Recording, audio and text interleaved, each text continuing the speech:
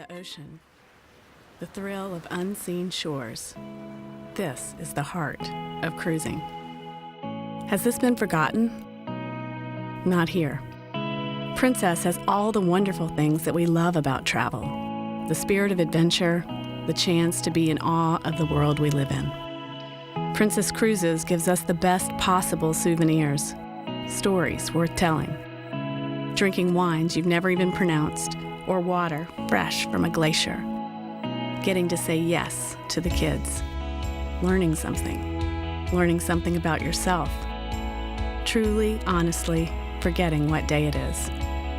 Having nothing in the way of you and the moon. Eating sorbet made on board with fresh lemons. Watching someone you love. Watching a movie under the stars.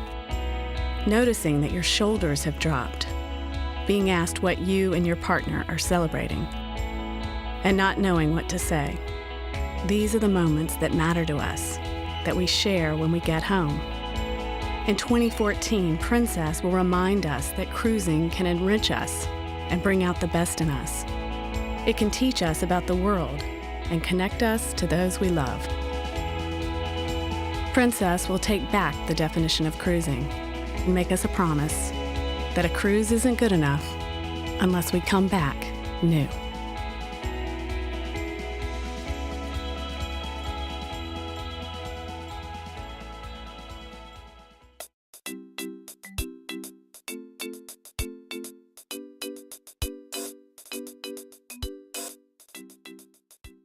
Been in a cruise?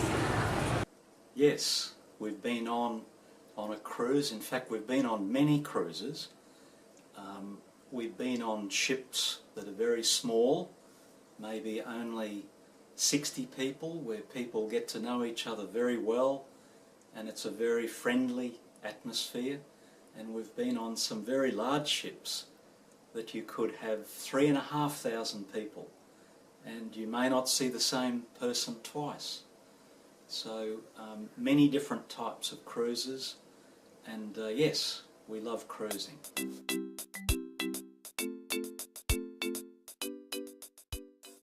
What is the name of the cruise ship and what kind of cruise vacation? The name of the ship was the Star Princess.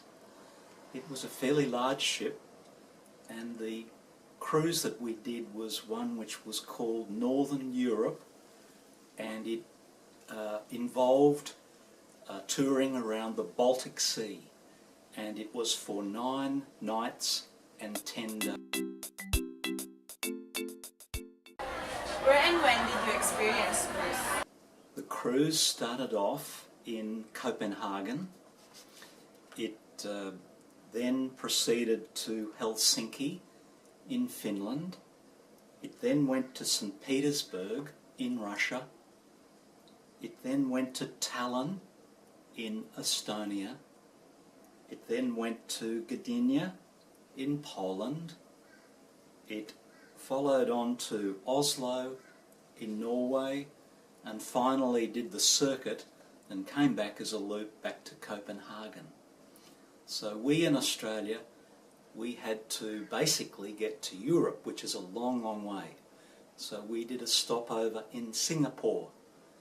We flew on Singapore Airlines, so that means that when you leave on a Singapore airline from Australia, the first stop is Singapore, and so that breaks up the trip.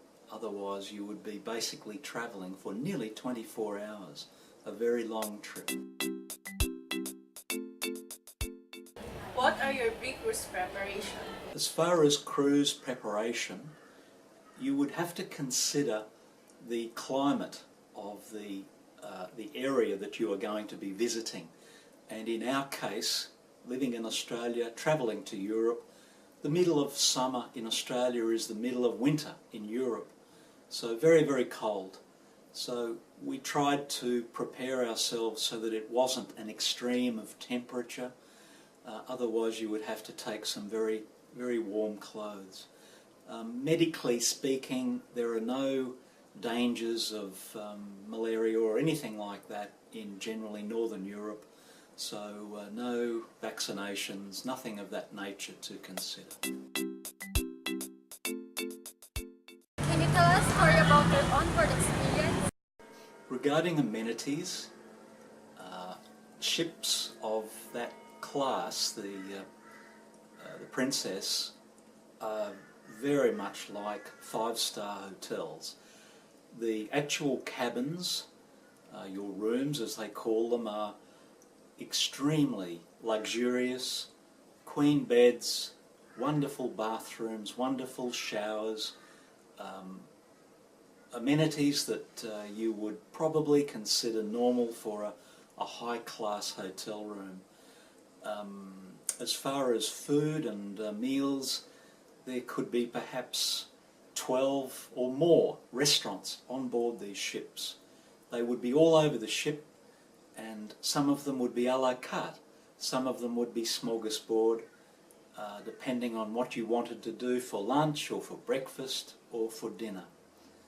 Another amenity or feature which we would recommend would be, and also for you, and some of them would be a la carte, some of them would be smorgasbord, depending on what you wanted to do for lunch or for breakfast or for dinner. Another amenity or feature which we would recommend would be, and also for your future clients, would perhaps to see as much as you can from your room, and therefore a balcony. The higher you go up in the ship, unfortunately it's a little more expensive, but the higher you go up in levels, in decks, you then may be eligible for a balcony. And then as you're travelling along, you wake up in the morning, you open the curtains or something, and you can see precisely what is happening. Outside you can see the sea, you can see islands, you can see other ships, and it makes the whole experience much more interesting. In addition to the experiences and some of the extra enjoyment on board, you will notice that on some of the very big ships there are amenities such as hairdressing salons, there are amenities such as Gucci shops, such as all sorts of apparel for women, and gym facilities if you wish.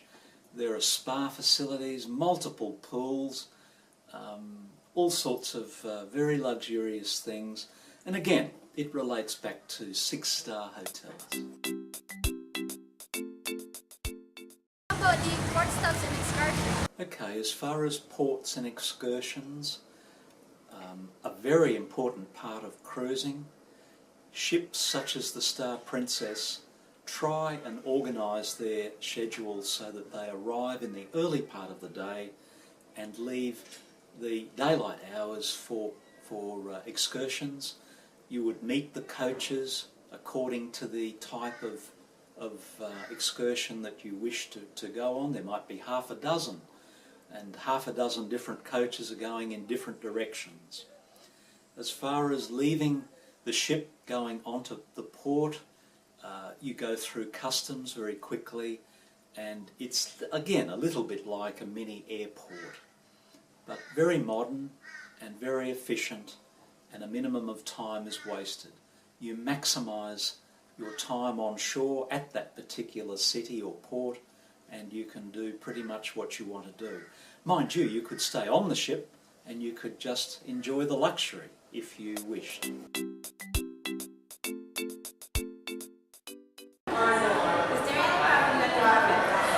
You asked me about problems encountered. I would say very, very few, and perhaps with most of the cruises that we've been on, no problems whatsoever. Albeit one, perhaps. The cruise is never long enough. How much did you spend for your trip? Do you find it worth it? Regarding pricing, I would have to say that it depends entirely on your budget, and it depends entirely on the kind of luxury that you wish. The higher up in the ship, and some of the very big ships that might take up to 4,000 passengers, they might have up to 15 decks. And so the very top deck, which could be the penthouses, etc., pretty much again like a luxury hotel, they could be very, very expensive. You might be paying $12,000, you might be paying more.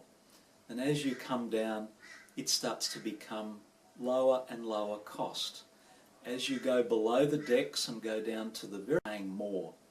And as you come down, it starts to become lower and lower cost. As you go below the decks and go down to the very lower decks, the cost might come down to $1,500 or perhaps even $1,000 on some ships, but you don't have very much of a view, and you may be in an internal cabin. So then your view is restricted to simply 4 walls, which in a way is a good economy way to see other lands and other countries. But if you can afford a little bit more and something to tell your prospective customers, in order to see more on the ship and more on the cruise, perhaps if they could afford slightly higher cabins and actually get a balcony view.